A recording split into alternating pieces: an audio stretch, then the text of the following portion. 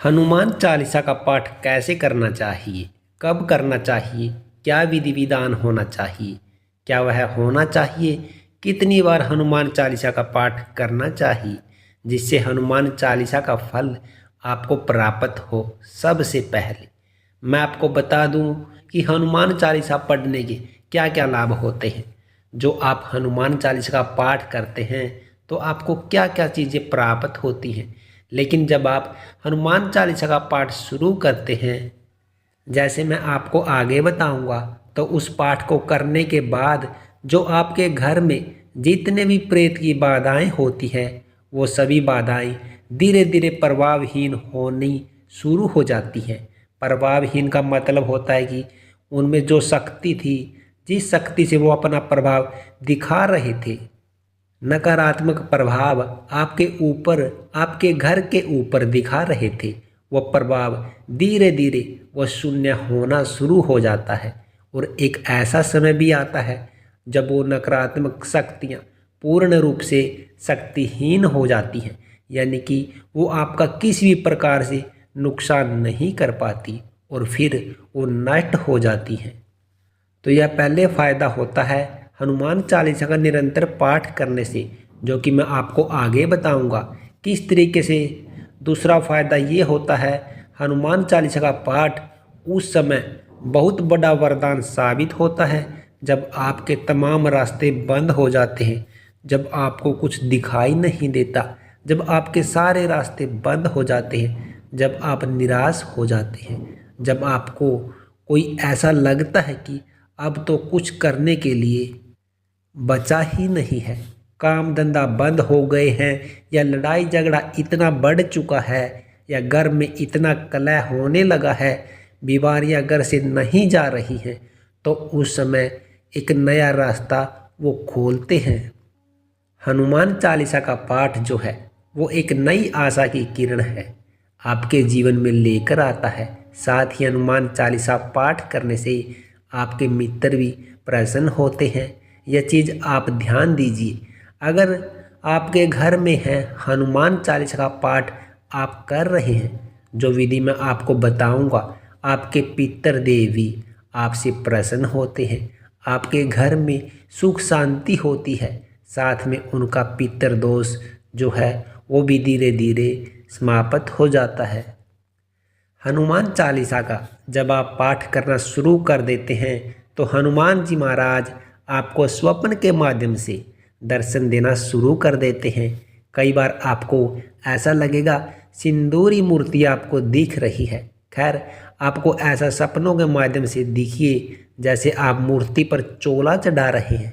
आपको ऐसा लगेगा कि आप भंडारा कर रहे हैं, कि वह आप हनुमान चालीसा का पाठ करें। हनुमान जी की मूर्ति के सामने आपको ऐसा स्वप्न के माध्यम से दिखेगा। अगला क्या फ़ायदा होता है हनुमान चालीसा पढ़ने से? हनुमान चालीसा जो आप निरंतर पाठ करते हैं तो आध्यात्मिक मार्ग की तरफ आपका रुझान हो जाता है। हनुमान जी की असीम कृपा, साथ ही भगवान श्री राम की असीम कृपा के कारण आध्यात्मिक मार्ग में आप धीरे धीरे आप चलते जाते हैं। आपको एक सीढ़ी बनती चली जाती है जिससे आप एक सही रास्ते पे पहुंच पाते हैं।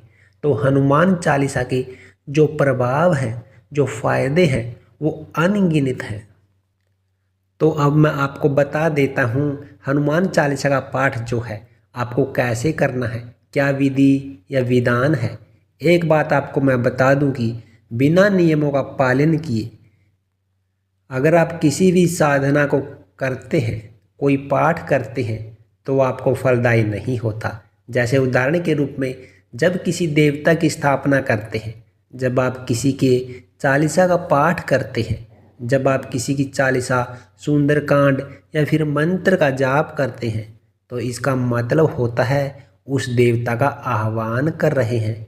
आह्वान मतलब वो देवता को आप क्वालिफिकेशन, न्योता दे रहे हैं, बुलावा दे रहे हैं। तो वो देवता है जो आपके घर में प्रवेश करने के लिए आता है। तो वह चीज़ें हैं, यही है कि आपके नियम जो हैं वह होने चाहिए कि जैसे हनुमान जी महाराज जो आपके घर में नकारात्मक शक्तियों को हटा देंगे। पर आपके घर में तामसिक चीज़ों का प्रयोग उस समय होना ही नहीं चाहिए। इस चीज़ का ध्यान रखना, तामसिक वस्तुओं का प्रयोग बिल्कुल भी नहीं होना चाहिए। उस घर में हनुमान जी की बिल्कुल नहीं आते।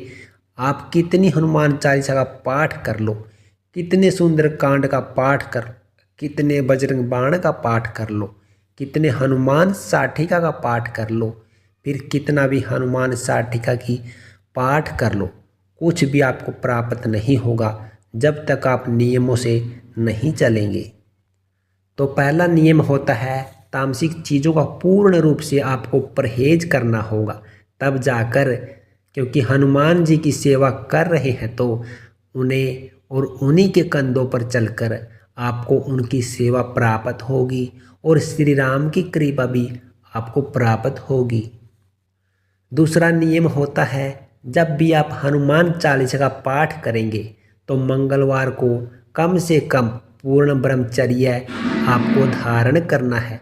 आप वैसे आप और दिन मत कीजिए, पर मंगलवार के दिन और शनिवार हो सके तो और अच्छी बात है आप ब्रह्मचर्य का पालन कीजिए। शारीरिक और मानसिक अन्य दिनों में आपको मानसिक रूप से पूर्ण ब्रह्मचर्य का पालन करना। किसी के भी प्रति आपको गंदे विचार, गलत विचार अपने दिमाग में नहीं लाने। तो चलो अब बात करते हैं कि हनुमान चालीसा का पाठ आपको कैसे करना है। कि हनुमान चालीसा का पाठ शुरू कर सकते हैं शुक्ल पक्ष के मंगलवार को या किसी भी मंगलवार को आप हनुमान चालीसा का पाठ शुरू कर सकते हैं। हनुमान चालीसा का कभी भी पाठ करें, 2, 3 या 5 या 7 या 10, 11 या 21 इस प्रकार की संख्याओं में हनुमान चालीसा का पाठ करना चाहिए। दूसरी बात, कभी भी हनुमान चालीसा का पाठ करें तो कोशिश करें कि एक समय पर करें, एक आसन पर बैठकर करें। वो समय जो है वह एक होना चाहिए। जैसे सुबह 6 करते हैं तो सुबह 6 बजे ही करें, फिर उससे अगले दिन की सुबह ही 6 बजे के समय ही करें। तो एक समय पर जब आप करोगे तो उसका प्रभाव तीव्र होगा। और एक ही आसन पर आपको बैठकर करना है, ऐसा नहीं कोई दूसरा आसन ले लिया, आपके स्थान पर कोई और व्यक्ति बैठने लगा, ऐसा नहीं करना। जब भी आप हनुमान चालीसा का पाठ शुरू करते हैं उससे पहले एक 1.25 मीटर लाल कपड़ा, कोरा कपड़ा जो इस्तेमाल पहले नहीं हुआ, उसे चौकी पर बिछा जाए। वहाँ पर श्री राम दरबार की फ़ोटो या हनुमान की फ़ोटो को जो आपको आशीर्वाद मुद्रा में दिखे, वो फ़ोटो आपको उस आसन पर लगानी है। वह फ़ोटो आपको बिल्कुल नहीं लगानी जैसे हनुमान जी लंका दहन कर रहे हैं या फिर श्री राम और लक्ष्मण महाराज को उन्हें कंधों पर बिठाकर लेकर आ रहे हैं, तो इस तरह की फ़ोटो नहीं लगानी है। आपको सिर्फ आशीर्वाद मुद्रा वाली फ़ोटो आपको वहाँ पर स्थापित करनी है और उसके बाद आप जो कर सकते हैं वह कर सकते हैं। मंदिर में जाकर हनुमान जी को चोला चढ़ा सकते हैं या चमेली का तेल और सिंदूर का चोला चढ़ा सकते हैं। कलावा की माला 11 बार गांठ लगाकर, 21 बार गांठ लगाकर, आपकी इच्छा है 11, 21 या 51 बार गांठ लगाकर उसे एक माला का रूप दीजिए और भगवान हनुमान जी को आप कहना, या उससे हनुमान जी प्रसन्न होते हैं। मंगलवार का व्रत भी आप धारण कर सकते हैं। मैं आपको बता रहा हूँ कि इनमें से जो भी आप करना चाहें वह कर सकते हैं आपकी इच्छा के अनुसार। साथ ही मंगलवार को प्रसाद के रूप में बूंदी जरूर बांटिए। मंगलवार को जो भी प्रसाद है वह बूंदी नहीं तो कोई और प्रसाद आपके पास बने तो वह प्रसाद ज़रूर आपको बांटना है। दूसरी बात, वो जो आपने चौकी लगाई है इस पर देसी घी का सीधे हाथ पर देसी घी का दीपक जलाना है। दीपक की बाती जो है वह कलावे की होनी चाहिए। कलावा जो आता है जिसे मोली कहते हैं उसकी होनी चाहिए। साथ ही गूगल की धूप आपको लगानी है। इसका पाठ अगर आप शाम को करोगे तो बहुत अच्छी बात होगी। सूर्य ढलने के बाद उसका रिजल्ट जो है वह बहुत जल्दी आपको मिलता है। उससे पहले मैं आपको बता दूं कि एक माला आपको श्री राम जय राम जय जय राम, श्री राम जय राम जय जय राम, श्री राम जय जय राम, श्री राम जय जय राम, इसकी एक माला आपको करनी है।